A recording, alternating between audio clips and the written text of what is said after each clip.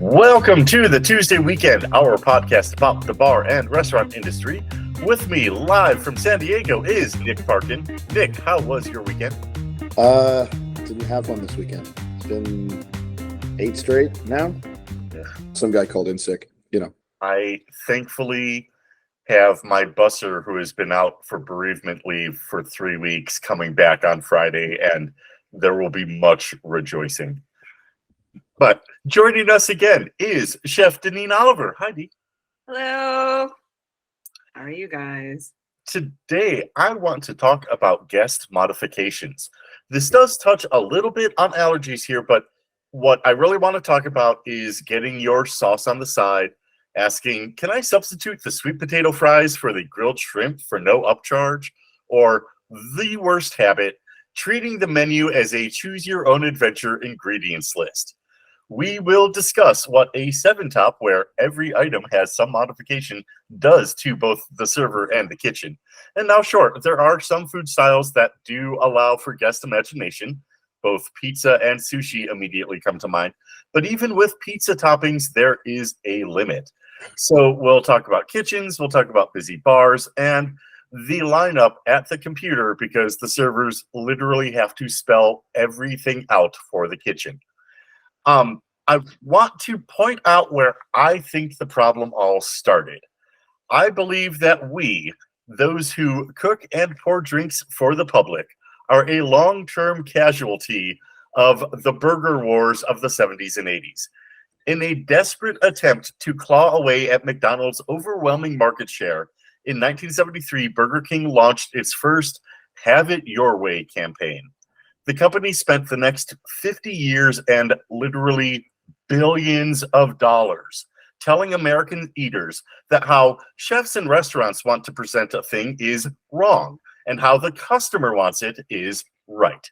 Just this month, October of 2023, Burger King is pushing their latest revamp of this slogan in a $400 million ad campaign. A slightly different case, though, is Waffle House's hash browns. You can get them smothered, covered, chunked, diced, peppered, capped, topped, and buried all the way back out behind the shed. For those who have never had the pleasure, those are all real things. They're good.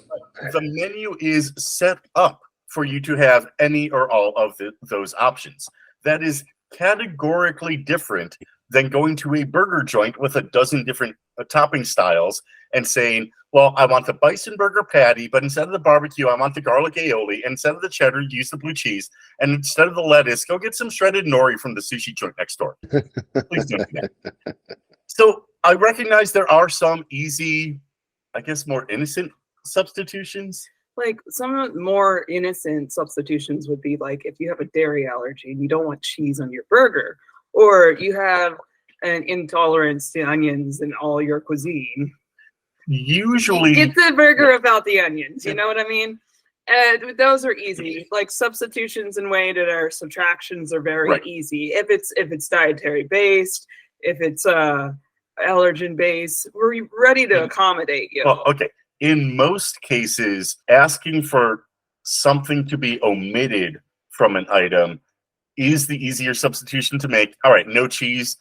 Yeah, for a burger, easy. If you're asking me to do the jambalaya with no peppers, well, they're already cooked in. That's impossible. That's a whole different matter. So when you start doing the improbable things is where you need to realize the food item that you're ordering or the drink item that you're ordering comes a certain way, and there's no way to pull it out. There's no way to pull it out. You're just stuck with it for 9 months. Yeah. Well, and then there are some of the just bizarre or more, really, what do you have in mind kind of questions that I have when I get some of these substitution requests. I had one brunch where the same table had ordered a breakfast burrito with no tortilla, and somebody else had the breakfast burrito with no egg. And the first one is a Western omelet. The description on the menu, it is the exact same thing as the Western omelet. The second one, do you not get what goes on with breakfast burritos? I'm not going to take out the relatively cheap egg and replace that volume with the more expensive bacon, sausage, and cheese. Sure, maybe a little more pico in there. That's not too pricey. But Yeah, that's just some of the more ridiculous ones. So you start building your own like menu items. So the question is, did you actually want a breakfast burrito or did you just want a burrito with bacon in it? Is Sure. the real question. A bacon burrito. And then I'll upcharge you for double meat. Okay, actually, there's the answer right there. So, Nick, what are some of the more fun modification requests that you've gotten behind the bar?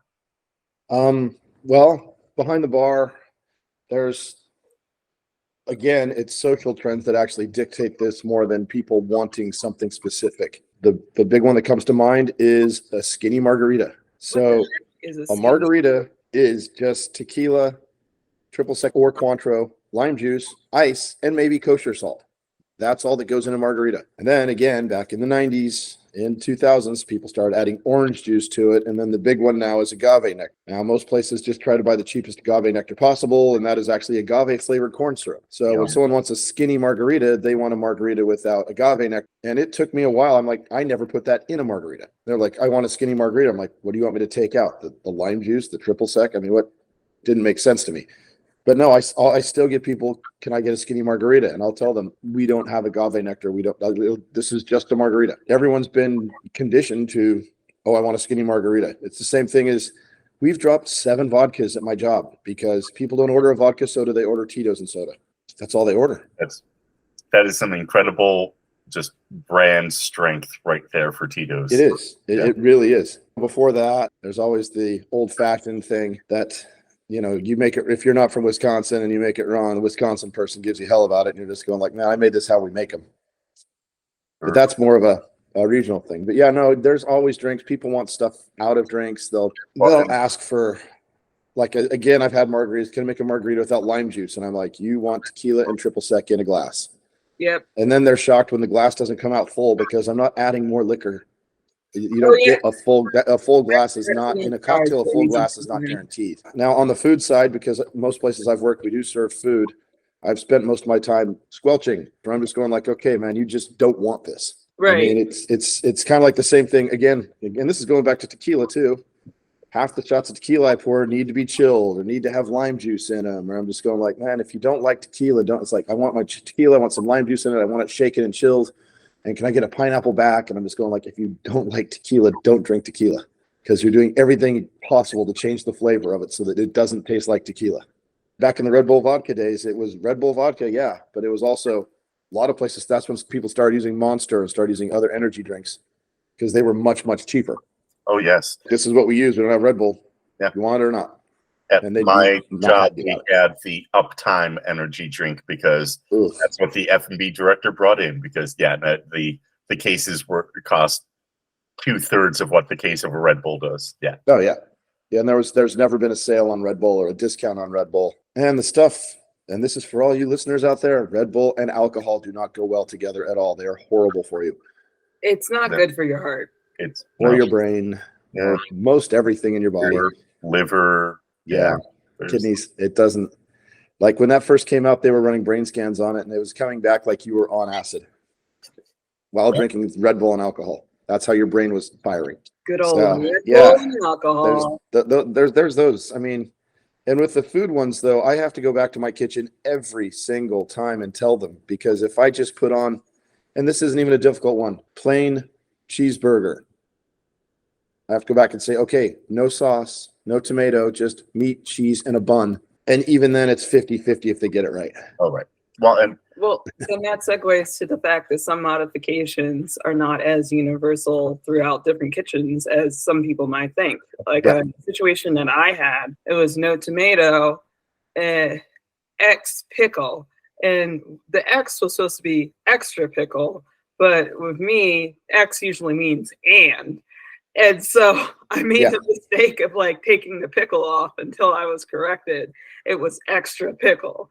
And so that's another thing between like servers and different cooks and chefs. Like the modifications that get rung in sometimes can be perceived differently. Well, and there's also sometimes the servers, especially on written ticket setups, the server's handwriting or their shorthand for themselves is sometimes just indecipherable for anybody else, because as a server, you do not have the time to fully write out every word that a guest tells you when they say, I want the extra mayonnaise, no lettuce, tomato on side, all that.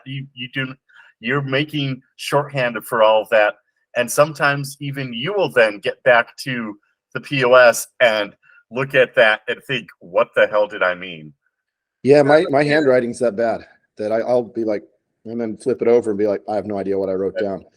Now, my first restaurant job, though, and it was opening a restaurant, so that you had the whole opening training all the way through. They had their own shorthand for everything.